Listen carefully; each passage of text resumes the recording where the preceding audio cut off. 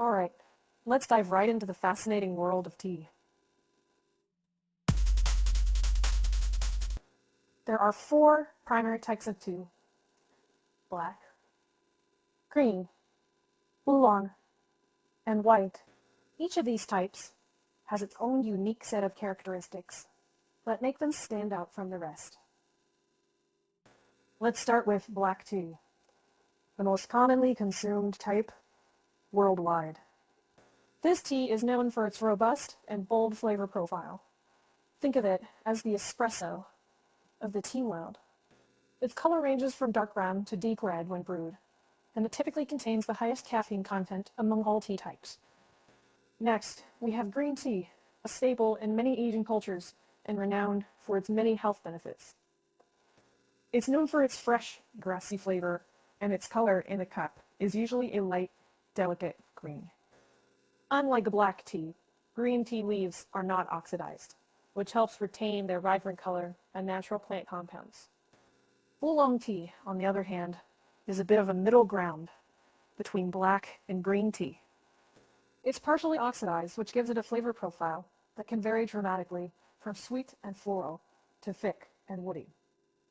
Oolong tea's color when brewed can range from light green to dark brown, depending on the level of oxidation. Finally, we have white tea, the most delicate and subtly flavored of the quartet. It is the least processed of all the teas and often consists of just the young leaves and buds of the tea plant. The result is a soft, nuanced flavor that can be described as floral, fruity, or even slightly sweet. The brewed tea usually has a light yellow color, adding to its delicate nature. So there you have it, a brief overview of the four main types of tea. Each type has its own unique characteristics and appeals to different taste preferences. But remember, within each of these categories, there are countless variations and subtypes, each with its own story to tell. We're just scratching the surface here. So, now that we've covered the main types of tea, let's delve into the history and origins of tea cultivation and consumption. The story of tea begins in ancient China, more than 4,000 years ago. According to legend, the Chinese Emperor Shen Nong, a skilled ruler and scientist, accidentally discovered tea when leaves from a wild tree blew into his pot of boiling water. He was intrigued by the leaf-infused water and decided to try it.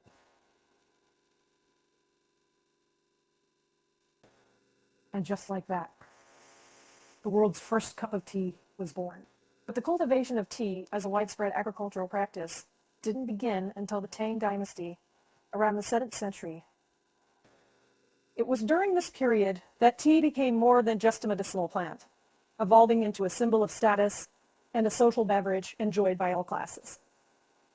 From China, the culture of tea drinking spread to Japan in the 8th century, where it became an integral part of Zen Buddhism. The Japanese tea ceremony, known as chinoyu, grew out of this association and is still a beloved tradition today. Tea made its way to the Western world much later. Dutch were the first to import tea into Europe in the early 17th century. It didn't take long for the beverage to gain popularity, especially in Great Britain. By the 18th century, afternoon tea had become a quintessential British custom. Meanwhile, the cultivation of tea spread to other regions, including India and Sri Lanka, largely due to colonial powers seeking to break China's monopoly on tea. And there you have it. Tea's journey from an accidental discovery to a beloved beverage enjoyed by people worldwide is truly remarkable. It's fascinating to think how these simple leaf has shaped cultures and histories, isn't it? But let's not stop here. There's a lot more to learn about our humble cup of tea. All right. So we've talked about the different types of tea and how tea drinking became a global. Now, let's get a bit technical and talk about the cultivation and processing methods that distinguish different types of tea. In essence, all tea comes from the same plant. Vanilla sinensis. It's the processing that makes the difference between black, green, oolong, and white teas. So let's start with black tea.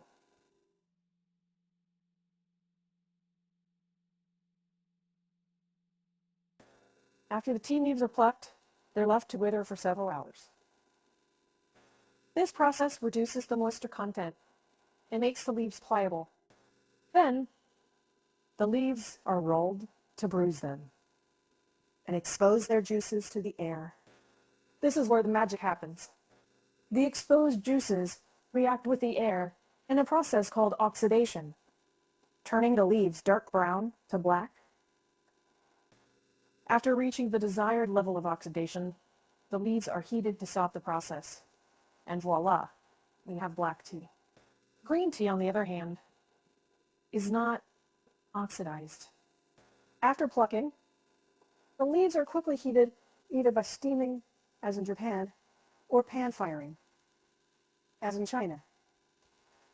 This deactivates the enzymes that cause oxidation, preserving the green color and fresh, grassy flavor.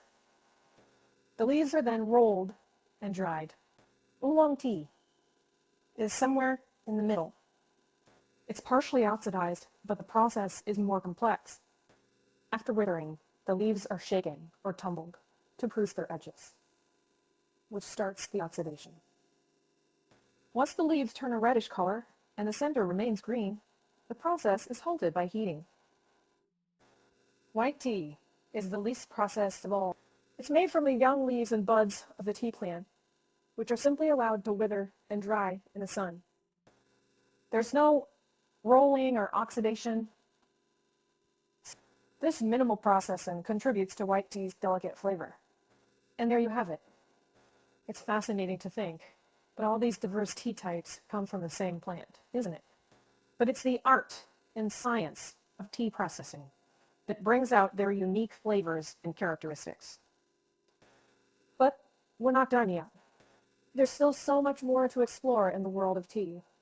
Now that we've unpacked the types of tea and the ins and outs of their processing, let's take a virtual trip around the globe and explore the regional variations and unique qualities of teas from different geographical origins. Let's start with China, the birthplace of tea. Here, you'll find all types of tea, each with unique regional characteristics. For example, Longjing, or Dragonwell, green tea from Hangzhou, is famous for its flat, sphere-shaped leaves and sweet, mellow flavor. From the Fujian province, we get the smoky Lapsang Sochong black tea and the delicate silver needle light tea. Moving on to Japan, green tea is the star of the show. The most famous is probably matcha, a powdered green tea used in a traditional tea ceremony. Then there's sencha, the most common type, known for its balanced sweet and bitter flavor. Sprinkled gyokuro, shaded for a few weeks before harvest, has a richer, sweeter flavor and is considered a high-grade tea.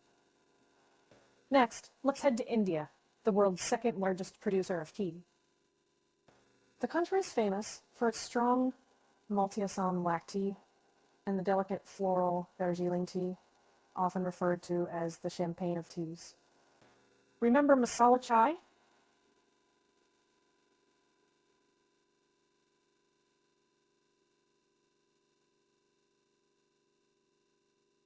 That spicy gnocchi tea also comes from India.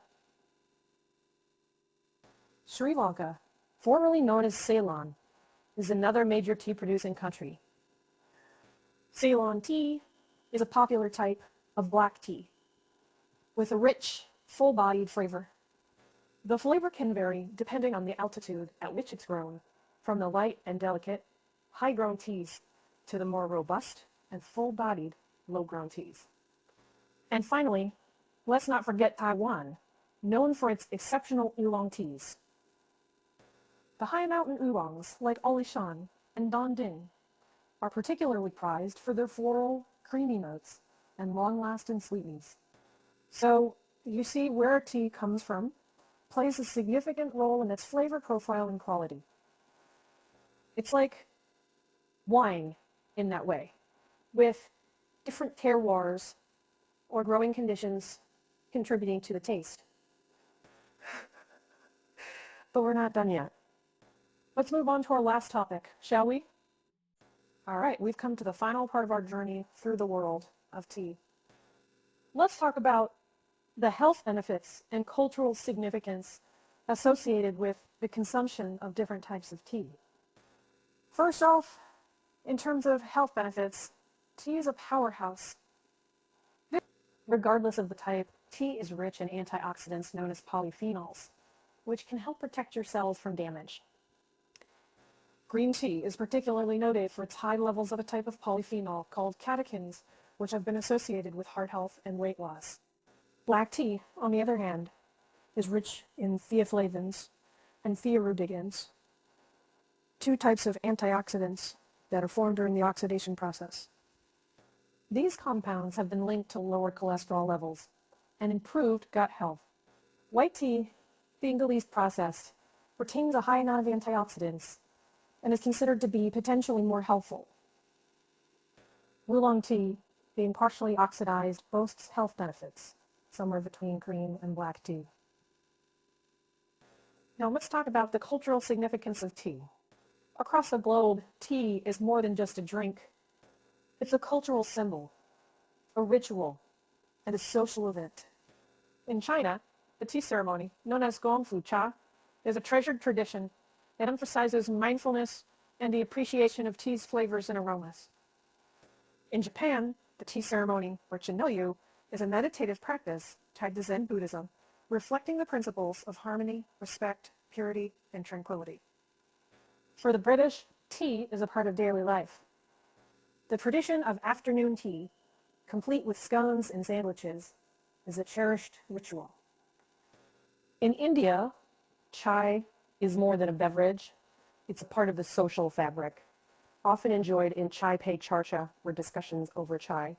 So, you see, tea is more than just a beverage. It's a health-promoting drink, a cultural symbol, and a means of bringing people together. And that, my friends, is the beauty and wonder of tea. Whether you're a seasoned tea connoisseur or a curious beginner, there's always something new to learn and appreciate about this incredible drink.